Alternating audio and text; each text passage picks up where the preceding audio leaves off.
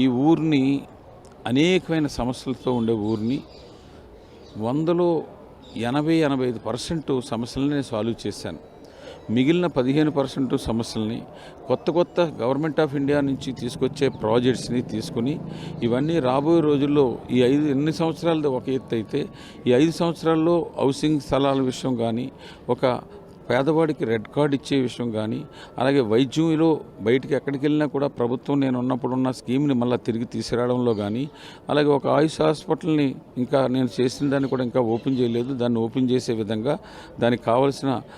పోస్టులు క్రియేషన్ చేయడంలో కానీ, క్యాన్సర్ హాస్పిటల్ కానీ, మెడికల్ కాలేజ్ కానీ, పారామెడికల్ కోర్సెస్ కానీ, అండర్ గ్రౌండ్ డ్రైనేజ్ కానీ, ఫ్లడ్ వాల్ కానీ,